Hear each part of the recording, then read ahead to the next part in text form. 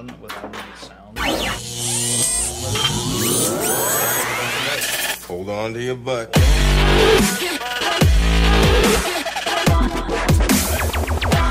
Normally we don't talk It's big. Deal. Hello and welcome to the Hold On To Your Butts Rapid Fire and Ice. That's right, the Rapid Fire and Ice post-show breakdown. So just to give you guys an idea, this is going to be a show that we put out directly after watching the Game of Thrones of the week. So it could come early, it could come later. This might be the only time we do it. You know, we can't really commit to these kinds of things.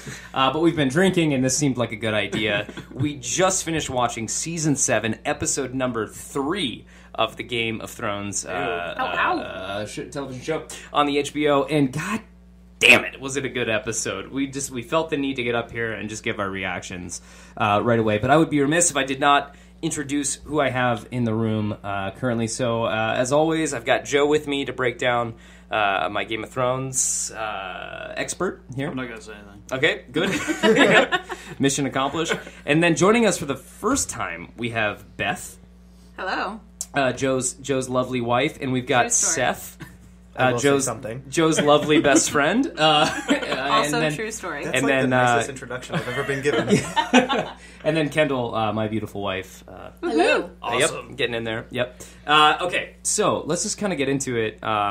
My favorite thing about this whole fucking episode was that they immediately launched into the meeting of Dany and Jon. Like, we had talked about it all week. We talked about it on the show last week, and in every promotion that we've seen for this episode so far has been, it's the meeting we've all been waiting for. And they wasted no time. They got immediately into it. What were your guys' thoughts? Very eloquently. Yeah. How did you describe it? Zero foreplay. Zero foreplay. Straight into it. Straight into it. So what were your guys' thoughts on that meeting that we've been waiting for so long, and we finally got to see it play out?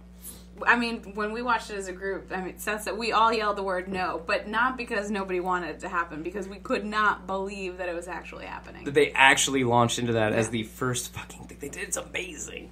Like, we saw the boat, and there was, like, some indiscriminate beach, and we were like, hold on. Yeah. This is what this is... Okay. I think what's, like, so funny about it is we're trained as Game of Thrones watchers that, like, all of these scenes have to kind of be, like, built up, and they drag on, and you're waiting, and then all of a sudden it's like, okay, we finally got this reveal, and you guys talked about it on the last podcast, and it's just, like, all of a sudden, minute 1, and we're right into it. One and done. That, and honestly, like, that sums it up the best that I can think of. Like, so everything that we've seen from this season so far has been a rapid pace, you know, and I know that, like, our longtime writer Eric likes to call us out on using the word breakneck speed, but we're still there. Like, we are still in the fast lane. Like, everything is happening so quickly on this show right now. Like, we went from last episode, where we know this meeting is coming, to that's the first thing we saw. Then we went to the Siege of Casterly Rock, to jump around a bit. Again, on the rapid fire and ice portion of this show, we're going to jump around a lot. We're all just excited and just going to kind of go, you know, top of mind here. But we saw the Siege of Casterly Rock. We saw the Martells get taken down. Like, my God, in the last, like, half of the second episode to all the way through this episode, Cersei has almost evened the playing field totally. It's unreal, like, what we've seen in terms of, like, progress of the battle and the teams that are being made up. I feel like, too, with Cersei, just, like, the way that they're shooting everything, the everything from the wardrobe to what they're speaking to the interactions have been so intense. Her wardrobe's even changed. I mean, she looks like she's wearing armor, and everything that she's wearing, she is completely prepared for battle. And in this episode, the Casterly Rock, when they make that maneuver, when they move, and they feel like they've made this huge success, and then you find out, no, it's been intentional the entire time that you take this so we can go over and take over the Tyrells. They're playing on a whole different level that I don't think anyone expected at this point. I feel like I really thought Daenerys was going to come in and just own it and take it, and Cersei's really playing on a whole different playing field here. Yeah. You always felt like there was no way, or at least I did, and I kind of probably was playing off of what I wanted to happen, but no way Cersei has any game left. There's no alliances to make. There's no opportunities to do anything. But yeah, they just were like, Jamie was smart enough to say Casterly Rock is kind of a moot point. So why should we, have it fully stocked with troops? Let's do something about it. There's a couple of really big scenes too. A couple small things that happened in those big scenes that I thought stood out to me.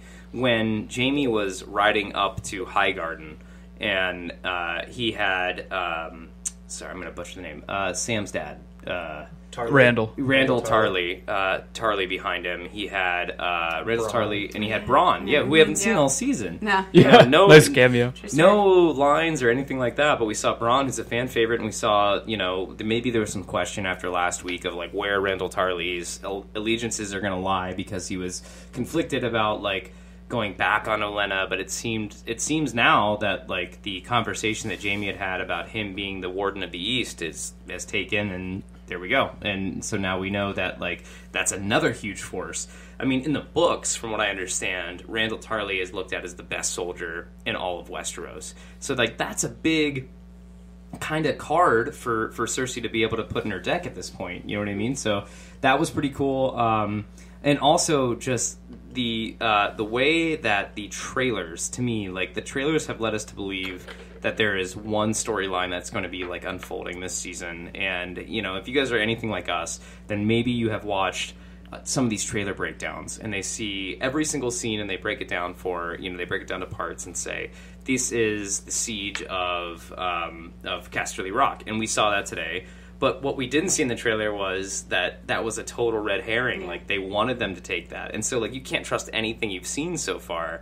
And so this show, like, continues to prove that it can keep you guessing.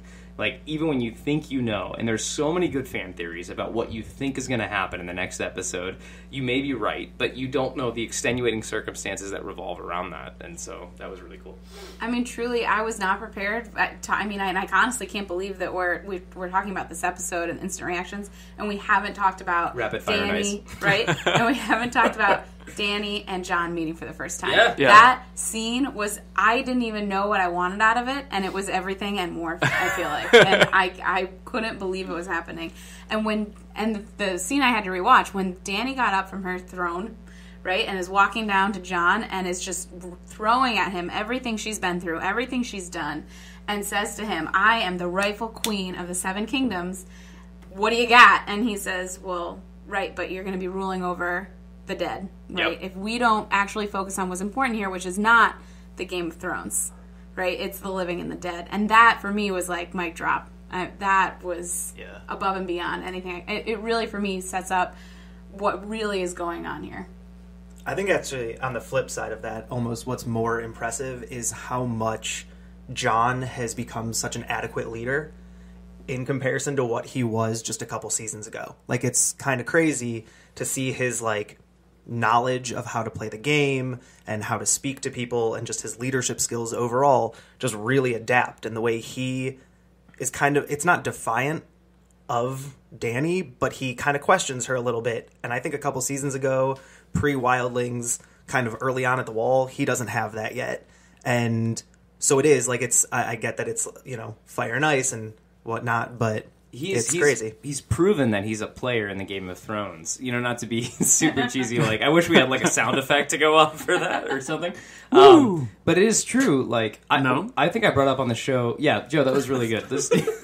I think I brought up on the show last week, but this idea that the power that Daenerys has isn't necessarily, like, immediately tangible for viewers, but there was that scene that happened last week when she had the War Council with these super powerful women, and they were all around this table, and they had Olenna, they had Ilaria Martell, and they had Yara Greyjoy, and it was like this unbelievable, like, trifecta of people that, like, she had to win over. And these people, in the scenes that we've seen so far, they've dominated every single scene, and they have been, like, the powerhouse figure, and no one has questioned them. And Ilaria staged a coup in Dorne, and Yara was, like, a breath away from being the Queen of the Iron Islands, and Who else am I forgetting? Elena, who officially Elena, has announced that she's poisoned Joffrey and so, actually owned up to it. But somehow Daenerys has had this ability to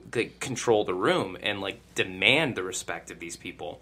But today we kind of saw this Daenerys who was sure of herself, then also took a step back and listened to what Jon had to say. And so we saw maybe her first what's the right word? This her first challenger in terms of just room presence or whatever that might be. And so I thought that was pretty interesting. I feel like Game of Thrones shocks me. It shocks me from where we started in season 1, where it was a lot of violence, a lot of war, a lot of death, a lot of sex, a lot of just crazed, and has just really evolved itself into this very methodical, strategic, thought-out plan that I'm not quite sure if when you started in season 1, you really anticipated that that's where it would go.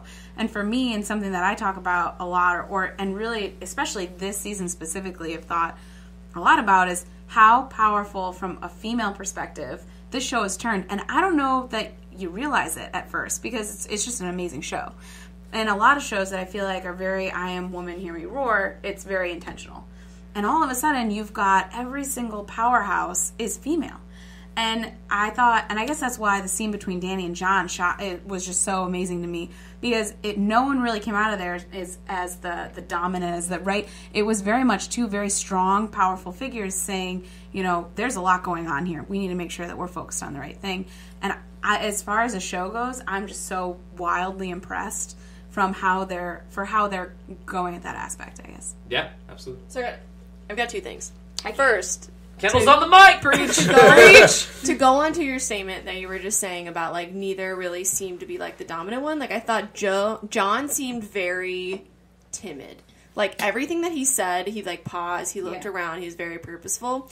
And, when you go back to all of those scenes, as we've been rewatching, some episodes from, past seasons, every time Daenerys, goes into somewhere and challenges someone, there is no hesitation in her. And, I see that difference between, her and Jon. Jon stood up for himself, but was, very hesitant, whereas Daenerys has always been, very strong. So I did see, that difference, and I think that was, very purposeful. But, okay, so my second point is I feel like we're not talking about Bronn. Bran. Oh. True, we haven't gotten Bran. Yes. Bran.